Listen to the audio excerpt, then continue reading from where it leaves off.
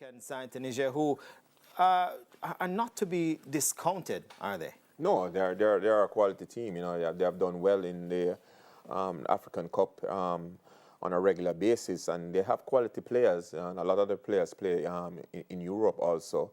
But I believe that Denmark has the quality to get over that game. You know, we have good players like Eriksson, excellent players, and they've been playing very well. So I believe that Denmark is one of the dark horses of this tournament, and I expect them to go very deep, as far as possibly the quarterfinals of this World Cup. They have good players, they have a good understanding, they have been playing together for a while, and I expect them to play very well tomorrow. Your assessment as well, Shavar, of No, this I, game I totally agree with Coach Andrew Price. You know, they have a lot of experience.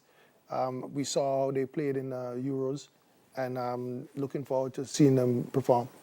Miguel Coley, Mexico, they'll be facing off against Poland in their contest, the CONCACAF Kingpins. How do you see this one going? Well, I believe tomorrow that will be one of the most competitive games in all the four matches. Poland has a very good team. Lewandowski, one of the best strikers in the world, if not the best striker in the world, and he will test the Mexicans. The Mexicans, however, have a lot of experience playing together. They have a strong program, a strong coaching staff, and I'm backing them to win the game tomorrow. Liam, the Mexicans, they're known as a tournament team. You can never count them out. Even with a Polish team, that their strike force is quite vaunted with Lewandowski. So your thoughts on how the Mexicans will do here?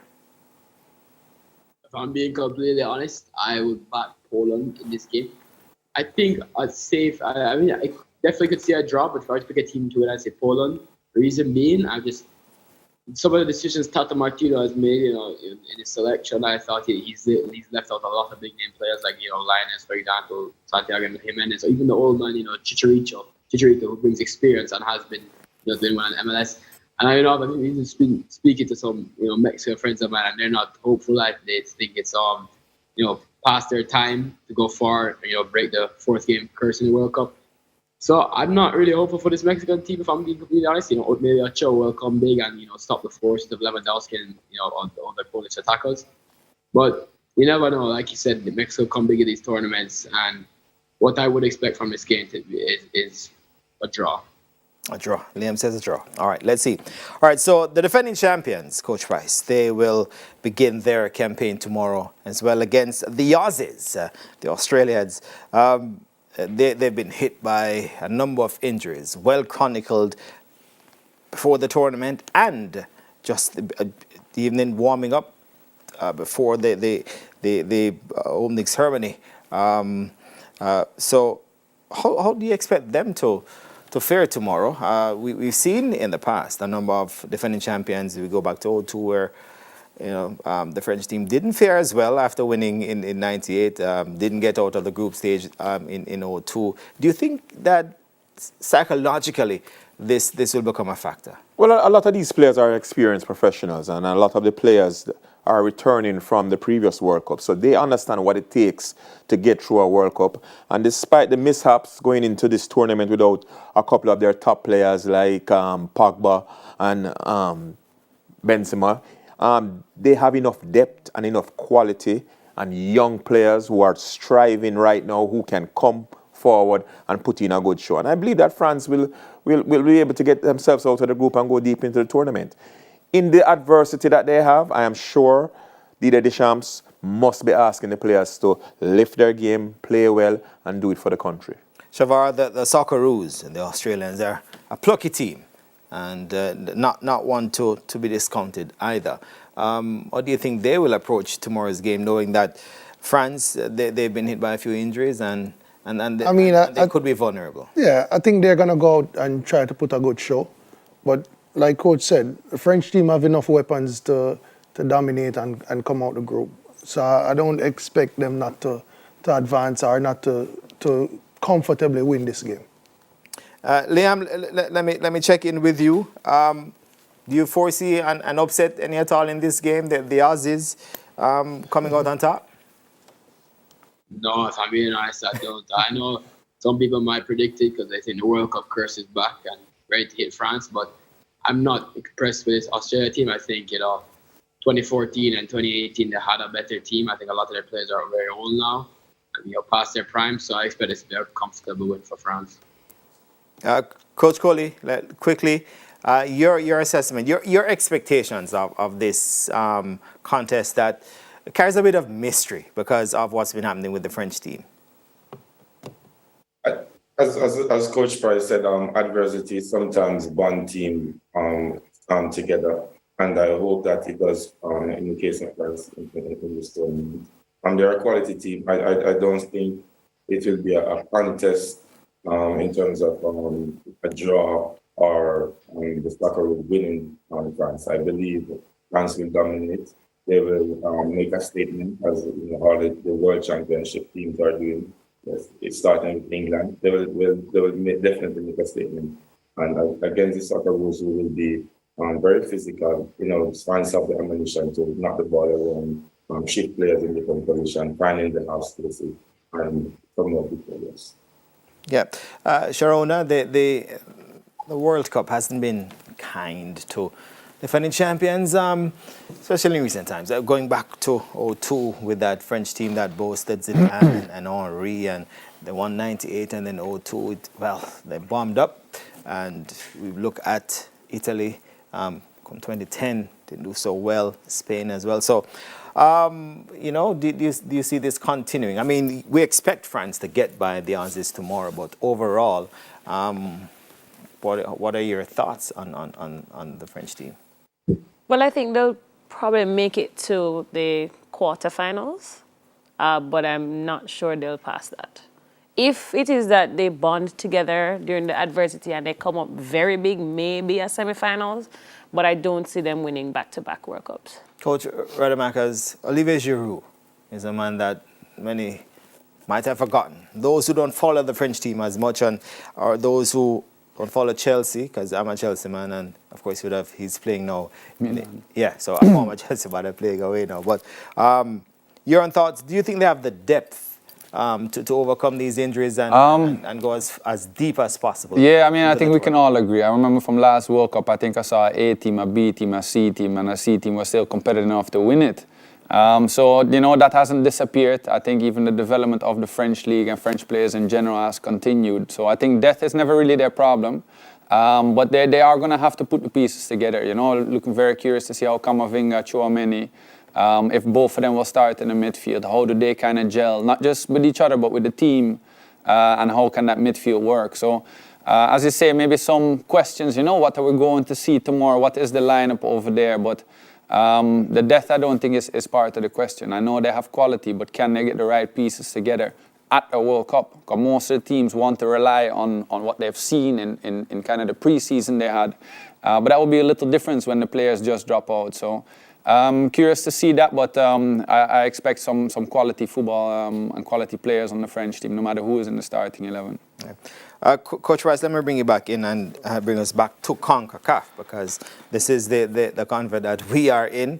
Another CONCACAF team in Mexico will be on show tomorrow. Just how important is it for the CONCACAF teams this time around to really represent it, particularly seeing that 4 years from now, the tournament will be in this region? It's like a catch-22 situation. We want them to perform well, but we must be realistic and know that they are not at the top of their game. They are in their development mode. They are getting prepared to host the World Cup in 2026. And I think this World Cup is just a little bit too early for the CONCACAF teams. But I believe that Mexico, being a competition team, can find the edge where they can go deep in the tournament. And despite I have Poland coming out of the group, tomorrow's game might be a tricky game, If people like Lewandowski is not on form tomorrow, Mexico can pull surprises because they have quality players. Their league is doing very well. They have quality players from all over the world playing in the Mexican league right now. So I believe that, they have quality players and they want to make a statement in this World Cup as they prepare to host in 2026. Shavar, the Mexicans are considered CONCACAF kingpins. In qualifying, the second half of qualifying wasn't so hot for them, but they got through, as they always do. So is this a characteristic that we can say these Mexicans are plucky and never count them out? Most definitely never count them out, but I mean, you also can't pay too much attention to their last set of games in the qualifiers because you have to look at team selection, who is on form, injuries, and all of that. So it plays a role. But now it's for the coach to come in the World Cup to put all of that together and the players and perform. All right, excellent. Coach Coley? Yes. Are you still there? Okay, let me bring you right back in. Of course, we go back to that game first up tomorrow morning with the Argentines against the Saudi Arabians. The Saudi Arabian team, you're based in the Middle East, and I want you to just assess for me this Saudi Arabian team and your own expectations of this team as they represent the Asian Confed.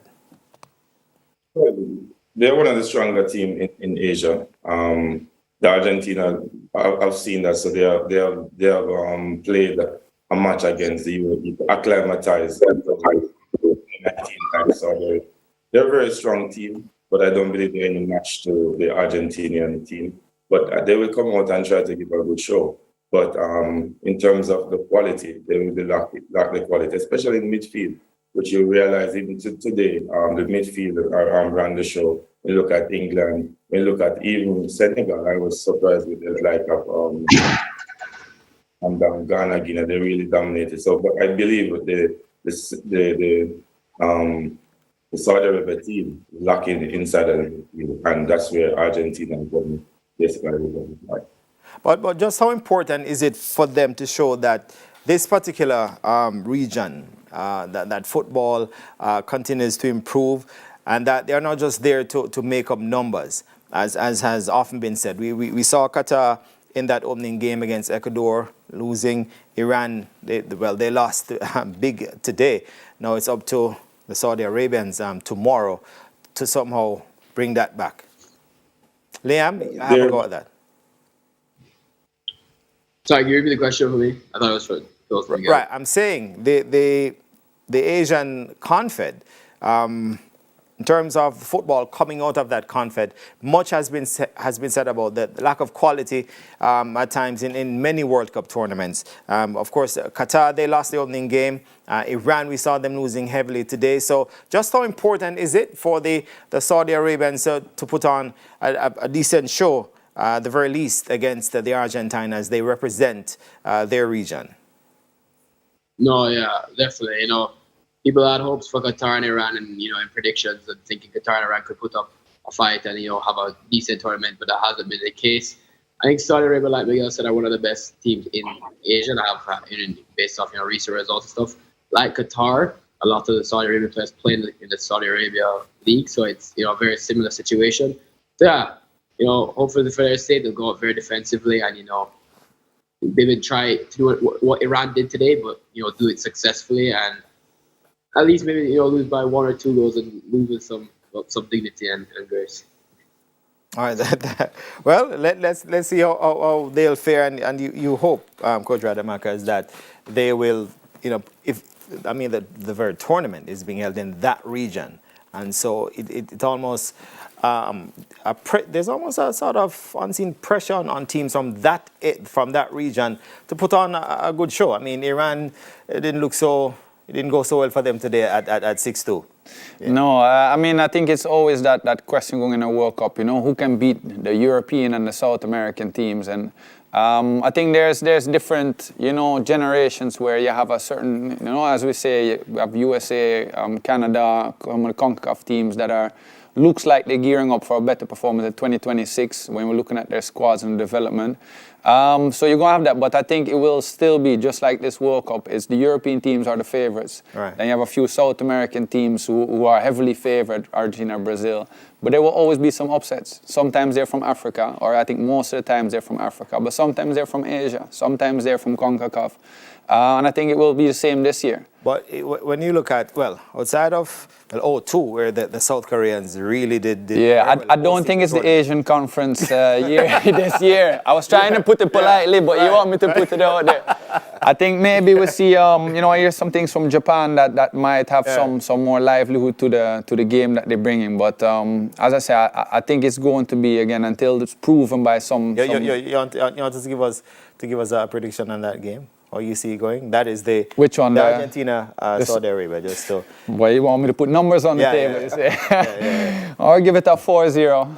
I mean, I think it's at some point you might have Saudi Arabia having to switch to a different style because they might go more defensive, trying to, as Liam was pointing out, to prevent them from really getting a beating. But at some point you're going to ask yourself, we want to do something in attack. And I think when that moment reaches in the match where Saudi Arabia tries to attack, maybe support with some more numbers, Argentina going to have fun in transition.